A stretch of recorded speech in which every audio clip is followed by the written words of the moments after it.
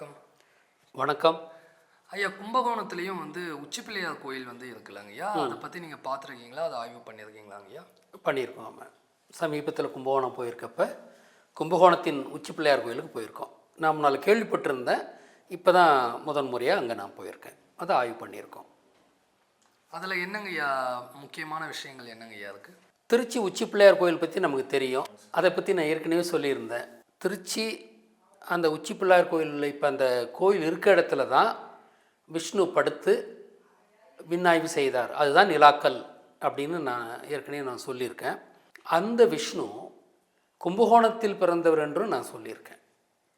அதுக்கு அவங்க கொடுக்குற இன்னொரு ஆதாரம் தான், இப்போ கும்பகோணத்துன்ற பேர்லேயே கோணம்ன்றது விஷ்ணு குறித்து தான் இருக்குது. அது இன்னொரு ஆதாரம் வச்சிங்களா. அதுக்கு இன்னொரு ஆதாரம் தான் கும்பகோணத்தில் உள்ள உச்சி பிள்ளையார் கோயில். அப்போ திருச்சி உச்சி பிள்ளையார் கோயிலில் இருக்கிற அந்த பிள்ளையார் என்பவர் அவர் விஷ்ணுன்னு நாம் சொல்லியிருக்கோம். இந்த ரெண்டு இடத்துலையும் பிள்ளையார் தான் வச்சுருக்கான். பிள்ளையார்ன்றது விஷ்ணுன்னு ஏற்கனவே நிரூபிச்சிருக்கோம். அந்த திருச்சி உச்சி பிள்ளையாருடைய பிள்ளையார் கும்பகோணத்தில் பிறந்தார் என்பதை குறிப்பதற்காக கும்பகோணத்தில் ஒரு உச்சி பிள்ளையார் கோயில் உள்ளது. திருச்சி உச்சி பிள்ளையார் கோயிலில் நாம் ஆய்வு பண்ணி சொன்னது அங்கே திருவரங்கம் திருமால் படுத்திருக்கிற இதில் இருக்கிறதுன்றது உண்மையிலேயே உச்சி பிள்ளையார் கோயிலில் தான் அவர் படுத்துக்கிட்டு இருக்கணும். ஏன்னா அங்கேருந்து தானே வானத்தை பார்த்தார். அந்த வானத்தை பார்க்குற வடிவம் தானே அரங்கநாதர் வடிவம். ஆனால் அதை அங்கே அரங்கநாதர் கோயிலில் வச்சுட்டு அவர் எங்கேருந்து வானத்தை பார்த்தாரோ அங்கே பிள்ளையாரை கொண்டு வந்து வச்சுட்டாங்க. பிள்ளையார் என்பது விஷ்ணு என்பதால் அதை ஒரு குறிச்சிருக்கிறாங்க.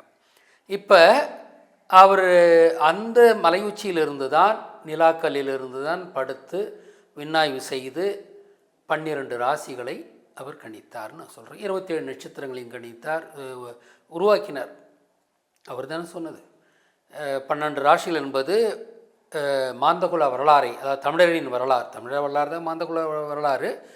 தமிழின் வரலாறை குறிக்கும்படி சிவன், முருகன், ராமாயணம், மகாபாரதம் இவைகளை குறிக்கும்படித்தான் அந்த 12 ராசிகளை விஷ்ணு உருவாக்கினார்னு நான் 5-6 வருடங்களுக்கு முன்னாடியே நான் ஆய்வு செஞ்சு போட்டிருக்கேன். இப்போ இந்த கும்பகோணத்தில் இருக்கிற உச்சி பிள்ளையார் கோயிலில் கூரையில், அந்த கோயில் கூரையில் உள்பக்கம் 12 ராசிகளை வரைந்திருக்கிறார்கள். நான் முன்ன சொன்னதுக்கெல்லாம் இதுக்கு துல்லியமான ப்ரூஃபு இங்கே கிடச்சிருச்சு. பிள்ளையார்ன்றது விஷ்ணு தான் சொல்லியிருக்கேன். அந்த விஷ்ணு தான் 12 ராசிகளையும் 27 நட்சத்திரம் உருவாக்கி இருக்கிறார் நான் சொல்லியிருக்கேன். அதற்கு ஆதாரமாக இருப்பது கும்பகோணத்தில் உள்ள உச்சி பிள்ளையார் கோயிலின் கூரையிலே உள்பக்கம் 12 ராசிகள் வரையப்பட்டிருப்பது. அப்போ என்னுடைய கூற்று இதன் மூலமாக மெய்ப்பிக்கப்பட்டிருக்கிறது. இது ஏன் கும்பகோணத்தில் இருக்குன்னா சொன்னது கும்பகோணம் திருமால் பிறந்த ஊர் கும்பகோணம். அதனால தான் அந்த கும்பகோணத்தில் இருக்கிற கோணம் என்பதும் கூட திருமாலை குறிக்கிற மாதிரி தான் இருக்குது. டிகிரி காப்பிலாம் கூட வச்சு நம்ம சொல்லியிருப்போம். கும்பகோணம் டிகிரி காப்பி வச்சுங்களா. ஜாவா சாஃப்ட்வேருக்கு காஃபி கப்பு தான் இது இருக்கும். ஜாவா 8ன்னு சொல்லுவாங்க. கிருஷ்ணனும் விஷ்ணுவும் தான். கிருஷ்ணன் கம்ப்யூட்டரை கண்டார். விஷ்ணு காலத்தில் பைத்தான் உட்பட, பைத்தான்னா பாம்பு தானே, பைத்தான் உட்பட பல மென்பொருட்கள் விஷ்ணு உருவாக்கினார்.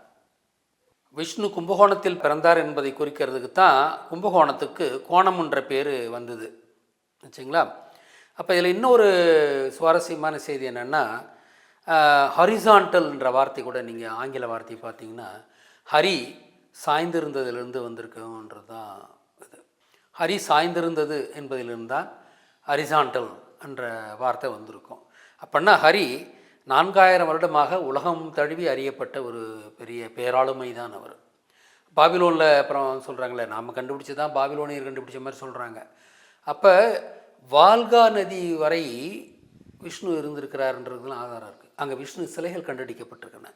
ரஷ்யாவில் வால்கா நதி என்று சொல்கிறாங்கல்ல, அங்கே விஷ்ணு சிலைகள் கண்டுபிடிக்கப்பட்டிருக்கின்றன. அதில் விஷ்ணு ஏஷியா பூரா அறியப்பட்ட ஒரு நபர். ஏஷியா மட்டும் இல்லை, மெசோ அமெரிக்காவில் நம்ம குக்குல்கண்ணுன்றதும் விஷ்ணு குறிக்கிறது தான் அப்படி நம்ம பார்த்துருக்கோம் நம்ம. ஆக உலகம் தழுவி அறியப்பட்ட ஒரு பேராளுமை என்பது விஷ்ணு. விஷ்ணுவுக்கு காஃபான்னு பேர், கருப்பாக இருப்பார்னு. காஃபி, கஃபான்னா கருப்புன்னு அர்த்தம். காஃபியே கருப்பு தான். அதனால் விஷ்ணுவுக்கு அது. அதனால் கும்பகோணம் டிகிரி காஃபின்றது குறிப்பாக விஷ்ணு குறிக்கிறது தான். அப்போ நீங்கள் ஜாவா சாஃப்ட்வேர் பார்த்தீங்கன்னா காஃபி கப்பு தான் அதனுடைய இது. அப்புறம் ஜாவா 8ன்னு சொல்லுவாங்க, அது கிருஷ்ணனோடையும் தொடர்பு படுத்திடுறாங்க. கிருஷ்ணனும் இதுவும் பக்கத்தில் இருந்தவங்க தான், ஒரு 1000 வருஷம் கேப்பில் இருந்தவங்க தான். கிருஷ்ணன் தான் கம்ப்யூட்டரை கண்டவர். சாஃப்ட்வேர் கண்டதில் முக்கியமானவர் பார்த்திங்கன்னா விஷ்ணுவாக இருக்கிறார். அதனால் இந்த ஜாவா சாஃப்ட்வேர், பைத்தான் சாஃப்ட்வேர் இதெல்லாம் நம்ம விஷ்ணுவை குறிக்கும்படி இப்போது இருக்கிற பிராமணர்கள் அதெல்லாம் செஞ்சு வச்சுருக்காங்க, அதை யூதர்கள் செஞ்சு வச்சுருக்காங்க. இதெல்லாம் தான் ஃபேக்சுவல் ட்ரூத். ஆக கும்பகோணத்தில் உச்சி பிள்ளையார் கோயில் இருப்பது என்பது எதை குறிக்கிறது என்றால், திருச்சி உச்சி பிள்ளையாராகிய விஷ்ணுவின் பிறந்த ஊர் கும்பகோணம் என்பதை குறிப்பதற்காகத்தான் இருக்கிறது. கும்பகோணத்தில் உள்ள கோணம் என்ற சொல்லும் கூட விஷ்ணுவை குறிப்பதாகத்தான் உள்ளது. ஆக விஷ்ணு பிறந்த ஊர், திருமால் எனும் விஷ்ணு பிறந்த ஊர் கும்பகோணம் தான். திருச்சி உச்சி பிள்ளையார் கோயில் இருக்கிற இடத்துல தான் விஷ்ணு படுத்திருந்தார். அந்த கல் தான் நிலாக்கல் என்று அழைக்கப்படுகிறது. அந்த நிலாக்கல்லின் மீது படுத்துத்தான் திருமால் எனும் விஷ்ணு 12 ராசிகளையும் 27 நட்சத்திரங்களையும் உருவாக்கினார். அதை குறிக்கும்படியாக கும்பகோணத்தில் உள்ள உச்சி பிள்ளையார் கோயிலின் கூரையின் மீது உட்புறமாக 12 ராசிகள் வரையப்பட்டுள்ளன. ஆக கும்பகோணம் உச்சி பிள்ளையாரும் திருச்சி உச்சி பிள்ளையாரும் ஒரே ஆள்தான். அது திருமால் எனும் விஷ்ணு தான். நன்றிங்க. மிக்க நன்றி.